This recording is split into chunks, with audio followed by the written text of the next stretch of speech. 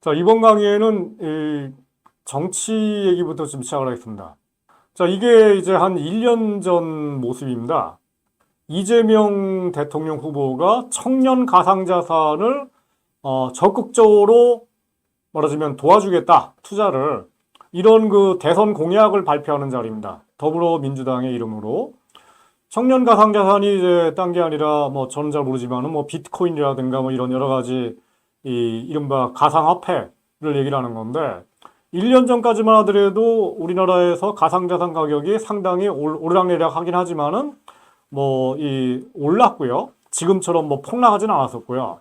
그 과정에서 그러면 어떻게 할 거냐, 이 가상자산을 정부가 이 많이 이제 촉진할 거냐 아니면은 좀 억제할 거냐라는 게 논란이 벌어졌습니다. 근데 문재인 정부 같은 경우에는 문재인 정부의 금융위원회가 금융위원회 위원장이 가상자산, 비트코인 이런 거 다 뭔가 문제가 많고 되도록이면은 저런 쪽으로 투자하지 말아라 라는 쪽으로 공개적으로 발언을 했는데, 그에 반해서 이재명 대통령 후보는 비트코인과 같은 가상자산 역시 뭔가 활성화시켜야 되고 건전한 투자자이고, 따라서 가상자산에서 얻는 이 수익에 대해서도 이 세금을 좀 덜 때리거나 아니면은 때리더라도 좀 천천히 때려야 된다, 이런 이야기를 하셨습니다. 한마디로 이재명 후보는 주식 투자라든가 가상자산 투자, 뭐 비트코인 투자 이런 것들이 그게 뭐가 문제가 되느냐. 한국 경제 발전을 위해서 이게 도움도 되고 개개인들의 부의 축적, 부를 만드는 것, 부자가 되기 위해서도 이것은 바람직한 현상이기 때문에 이 차기 대통령 정부가, 그러니까 이재명이 대통령이 되게 되면은, 이재명 후보가 대통령이 되게 되면은 이거를 활성화시키겠다라고 공약을 한 겁니다. 그뿐인가요? 작년 1년 전에 그 민주당 대선 후보 중에 한 명으로 나왔던 박용진 그 후보, 이분은 어떤 공약을 내걸었냐면은 5천만 국민 누구나가 다 1인당 5억 정도의 이 자산을 확보하는 시대를 만들어 나가겠다라고 얘기했습니다. 박용진 국회의원이 이 텔레비에 자주 나오고 그러는데, 요즘에도 신문에도 나오고 그러는데, 이분이 언론에 뜨게 된 가장 큰 이유가 뭐냐면은 바로 이분이 뭐 삼성 뭐 생명법 같은 식으로 해갖고 삼성그룹을 해체하는 법률, 그리고 이런 과정에서 이제 뭔가 소액주들이 이익을 얻는 법률, 이런 입법들을 많이 하는 과정에서 박용진 국회의원이 뜬 겁니다. 한마디로 삼성의 이재용과 뭔가 적극적으로 맞서면서 재벌개혁의 선두인 국회의원으로서 뜬 겁니다. 근데 이분이 이제 그와 동시에 얘기하는 게 뭐냐면은 이 재벌개혁 경제민주화를 제대로 하기 위해서도 개미 투자자라든가 아니면 가상자산 투자자라든가 이분들을 활성화시켜야 되고, 이분의 그 당시 이 대선 공약이 뭐였냐면은 모든 국민들이 1인당 5억 정도의 이 주식자산, 가상자산 주산 이런 것들을 확보해가지고 뭔가 누구나가 다 자산가 안해지는 재산가가 되는 세상을 만들겠다라고 얘기를 한 겁니다. 굉장히 좋은 것처럼 보이죠? 근데 이제 제가 볼 때는 이제 여전히 말씀드린 것처럼 가상자산과 주식에 열심히 투자해가지고 거기서 수익을 얻는 그런 세상이 과연 땀 흘려 일하는 세상일까요? 상식적으로 봐도 아니죠, 그거는. 그냥 샀다 팔았다 하는 과정에서 뭔가 불로소득을 얻는 경제 아닙니까? 근데 5천만 우리나라 국민들 전체를 그쪽으로 그냥 아예 하겠다라는 게 박용진 그 당시 대선 후보의 공약이었는데, 이거는 제가 볼 때는 누구나가 다 개미로 살지 않고 배짱이로 사는 아주 아름다운 세상이긴 한데, 그런 경제는 작동이 안 되죠. 왜냐하면은 개미처럼 일하는 사람들이 없고, 제가 얘기하는 개미는 여기서 일하는 개미입니다. 투자하는 개미가 아니라, 개미가 투자만 하고 일은 하지 않는다? 그 개미굴이 생존 가능할까요? 그 개미굴은 아마 조만간 소멸할 겁니다. 아무도 일하지 않는 세상이 되는 거니까.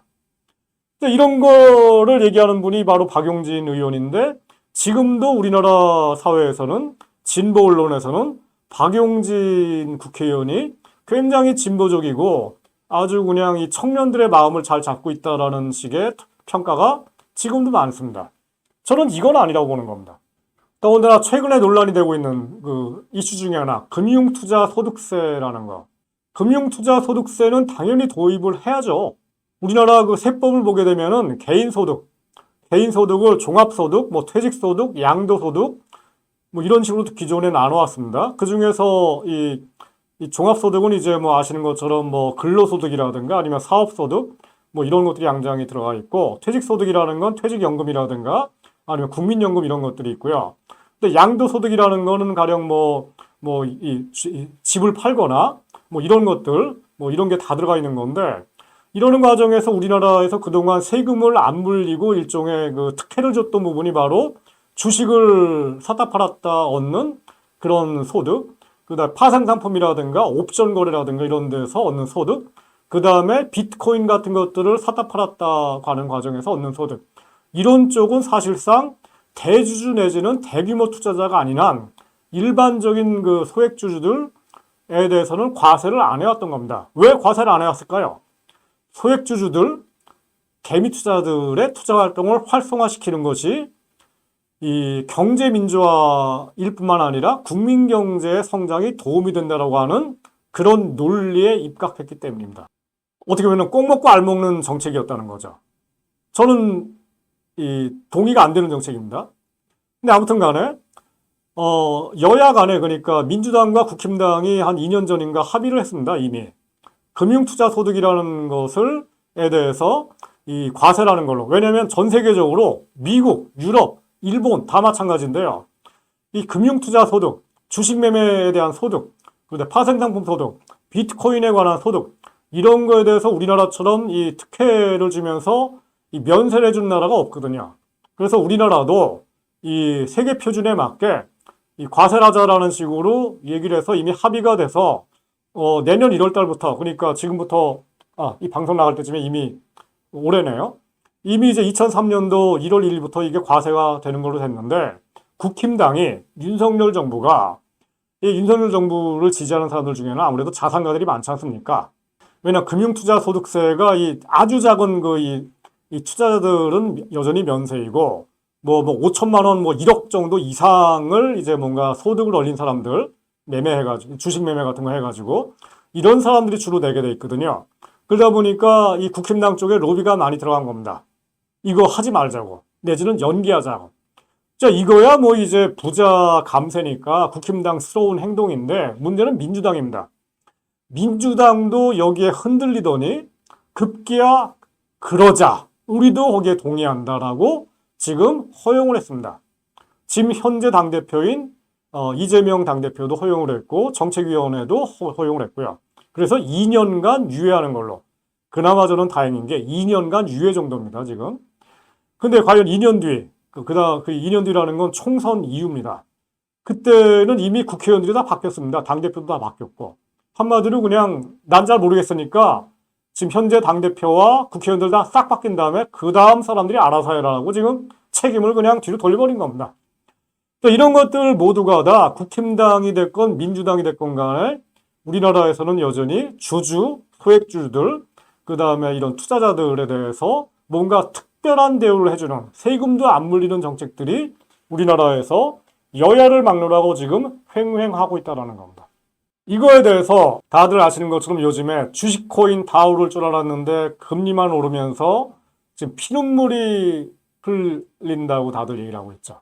한마디로 뭐 여러 가지 면세 같은 거 해줘봐야 소용없다는 겁니다. 결국은 경제가 성장하지 않잖아요?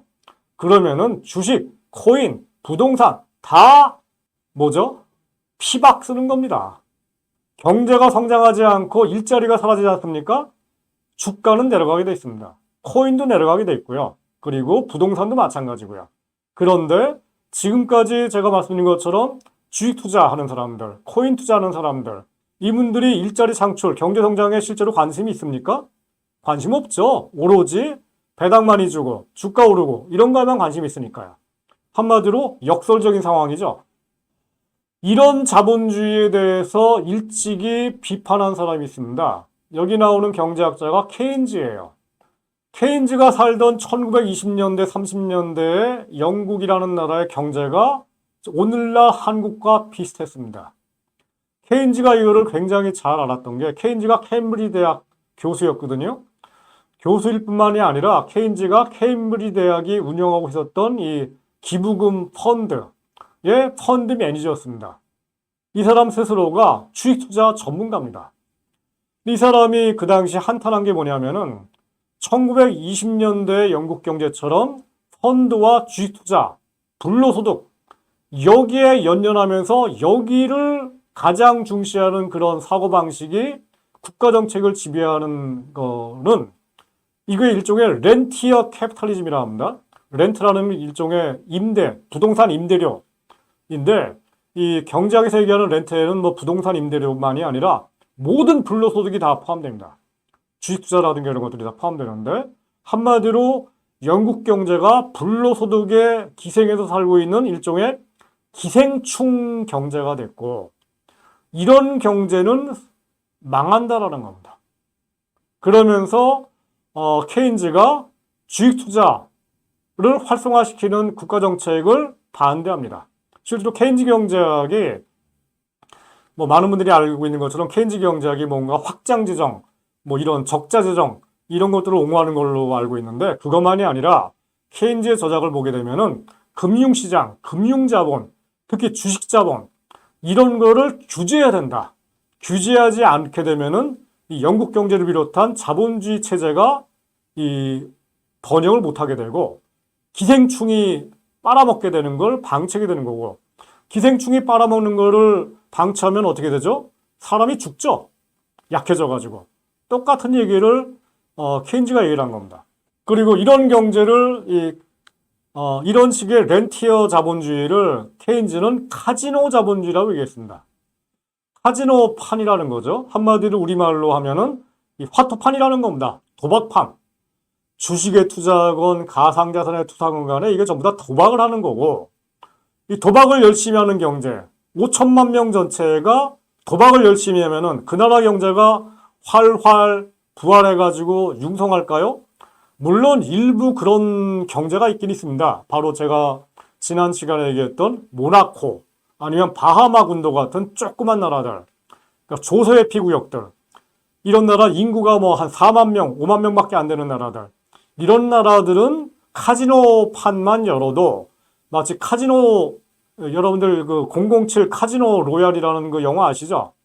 거기 보시면 이제 이 카지노 가지고서 이제 여러 가지 먹고 사는 그런 그 나라들이 나오죠. 이게 바로 모나코라든가 이런 나라들인데 이런 나라들의 원리는 인구가 4만 명 되는 나라에는 적용될지 몰라도 우리처럼 인구가 뭐 몇천만 명 되는 나라가 모조리 다 카지노판이 될 경우에는 그 나라는 무너지게 되고 나라만이 아니라 이미 우리가 지금 보는 것처럼 카지노판, 뭐 가상자산, 뭐 투자판, 그 다음에 코스피 이런 판 자체도 결국은 엄청난 그 피박을 쓰게 되면서 망해간다는 겁니다.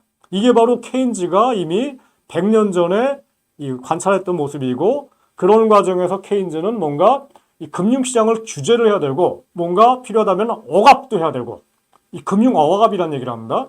억압을 해야지만이 자본주의가 부활할 수 있다라고 얘기를 했는데 이런 케인즈의 가르침에 따라서 만들어진 게 바로 이 2차 대전 이후에 만들어진 미국의 그 뉴딜 자본주의 그리고 유럽의 복지국가 이 미국도 마찬가지고 유럽도 마찬가지고 1940년대, 50년대, 60년대, 70년대까지만 하더라도 이 주식자본, 투자자 이런 것들을 굉장히 많이 억제하고 규제하고 억압했습니다.